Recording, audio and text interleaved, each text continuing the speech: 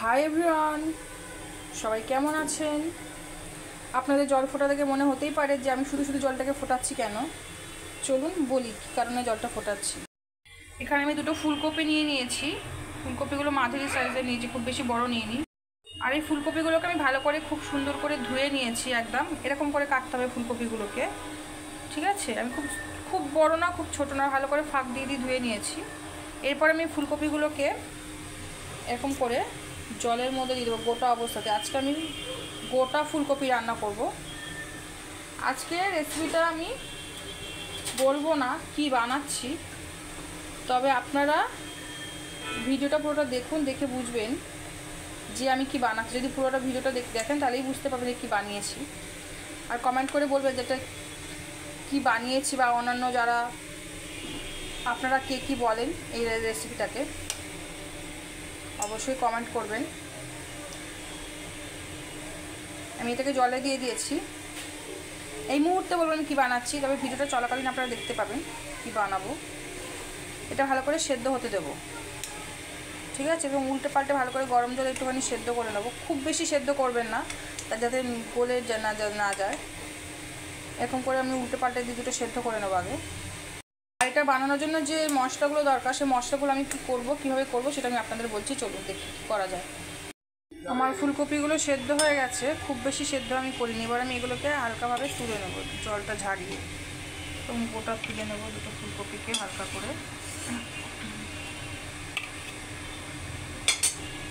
ফুলকপিগুলো কীভাবে নামিয়ে নিয়েছি, এবার এগুলোকে আমি কাট করে নেব সুন্দর সাইজ করে। খুব বেশি ছোট ছোট করব না, করে হালকা করে কেটে নেব। হালকা করে আমি ফুলকপিগুলোকে এরকম পিস করে বড় বড় সাইজ করে কেটে নিয়েছি। এরপর আমি কড়াইতে তেল দিয়ে দেবো, তেল সাদা তেল দিয়ে দেবো, হোয়াইট অয়েল দিয়ে দেবো। দিয়ে তেলটা যে গরম হবে সেই মুহূর্তে আমি এগুলো দিয়ে দেবো, সব কপিগুলোকে দিয়ে দেবো। আমার ফুলকপিগুলো ভাজা হয়ে গেছে। এবার আমি ফুলকপিগুলো আস্তে আস্তে সব নামিয়ে নেবো একটা জায়গাতে। সব কটা ফুলকপি আস্তে আস্তে নামিয়ে নেবো। এখানে আমি ফুলকপিগুলোকে খুব ভালো করে ভেজে নিয়েছি, সুন্দর করে লাল লাল করে। এরপর এটা করতে আমার যে মশলাগুলো লাগবে সেগুলো আমি পেস্ট করতে লাগবে। সেই মশলাগুলো আমি দেখিয়ে দিচ্ছি কী কী লাগবে। এখানে আমি পোস্ত নিয়েছি, সাদা সর্ষে নিয়েছি, কাঁচা লঙ্কা নিয়েছি, কাজু বাদাম নিয়েছি, চিনি নিয়েছি, সাথে ঘরে পাতা টক দই আছে, চালমগজ নিয়ে নিয়েছি, নুন। এবার দেখিয়ে দিচ্ছি, এটা হচ্ছে সাদা সর্ষে, পোস্ত, কাঁচা লঙ্কা, করে কাজু বাদাম, সুগার বা চিনি, টক দই, লাগবে নুন, মগজ। আমাদের রান্নাটা মোটামুটি কমপ্লিট হয়ে যাবে। চলুন কীভাবে করি দেখা যাক। প্রথমে সব মশলা আমি একবারে বেটে নেবো। আগে সব মশলা যা যা আছে সব বেটে নেবো আমি। সর্ষে পোস্ত সব বাটবো আমি, কাজু বাদাম আর চাল মগজ সব একসাথে বেটে নেবো।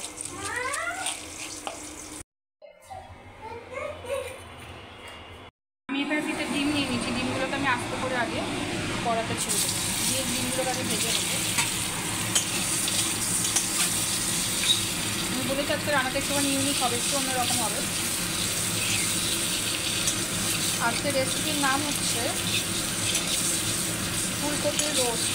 আজকে আমি ফুলকপির রোস্ট করবো, একটু ইউনিক স্টাইল, অন্য স্টাইলে। প্রথমে আমি ডিমগুলোকে ভালো করে ভেজে নেবো কড়াইতে। ডিমগুলোকে ভাজা ভাজা করে তুলে নেবো। আলু ফুলকপি আর ডিমগুলোকে ভালো করে সুন্দর করে ভেজে নিয়েছি। কড়াইতে তেল জেলে দিয়ে তেলটা গরম করে এর মধ্যে তেজপাতা শুকনো লঙ্কা ফোড়ন দিয়ে দিলাম। তারপরে এর মধ্যে দিয়ে দেবো কুচি করে কেটে রাখা পেঁয়াজ। দিয়ে ভালো করে নাড়াচাড়া করে ভেজে নিতে হবে একটু। আমি এটা নিয়েছি, আমি আদাটা বলতে ভুলে গেছিলাম। পেঁয়াজ কুচিটা ভাজার সঙ্গে সঙ্গে সঙ্গে আমি দিয়ে দেবো আদা বাটা, একটু আদা বাটা দিয়ে দিলাম। আমার পেঁয়াজটা ভাজা ভাজা হয়ে গেছে, সেই মুহূর্তে আদা বাটাটা দিয়ে দিয়েছি। দিয়ে ওটাকেও ভালো করে নেড়ে চেড়ে ভেজে নেবো।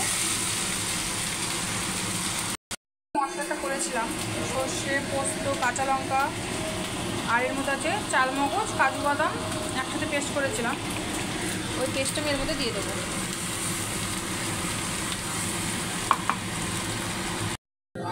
আমি সবটা দিয়ে ভালো করে একদম ভালো করে নাড়িয়ে চাড়িয়ে নেবো। ঠিক সেই মুহূর্তে টক দই রেখেছিলাম, ওই রসটা আমি ভালো করে ফাটিয়ে নেব, সেই দইটা আমি এর ভিতরে ঢেলে দেবো, দিয়ে ওটাকে দিয়েও ভালো করে নাড়িয়ে চালিয়ে নেবো। সুন্দর করে কীরকমভাবে গ্রেভিটা তৈরি হচ্ছে, কতটা গ্রেভি হয়ে গেল আমার, দিয়ে ভালো করে নাড়িয়ে চালিয়ে যতক্ষণ না তেল ছাড়ে ততক্ষণ পর্যন্ত এটাকে আমি নাড়াচাড়া করতে থাকবো। এরপর এর মধ্যে আমি দিয়ে দেবো স্বাদ অনুসারে নুন, যতটা পরিমাণ নুন লাগবে ততটা নুন দিয়ে দেবো। নাড়াচাড়া করতে করতে এরপর আমি দেবো স্বাদ অনুসারে চিনি, যতটা লাগবে পরিমাণ মতো চিনি দিয়ে দেবো। দিয়ে ওটাকেও দিয়ে ভালো করে নাড়িয়ে চালিয়ে নেবো, যতক্ষণ না তেল ছাড়ে ততক্ষণ মশলাটা আমি করতে থাকবো ভালো করে সুন্দর করে।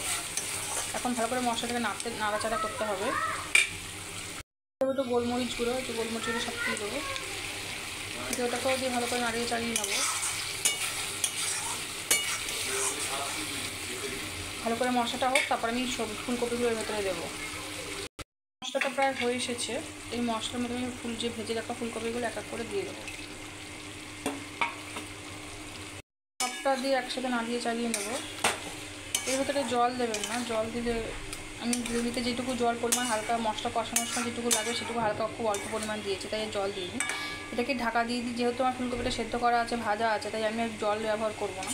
এটাকে ঢাকা দিয়ে আস্তে আস্তে আমার হয়ে যাবে। এবার আমি খুব একদম আস্তে আঁচ করে মানে একদম স্লো স্লিমের মধ্যে এটা দিয়ে দেবেন,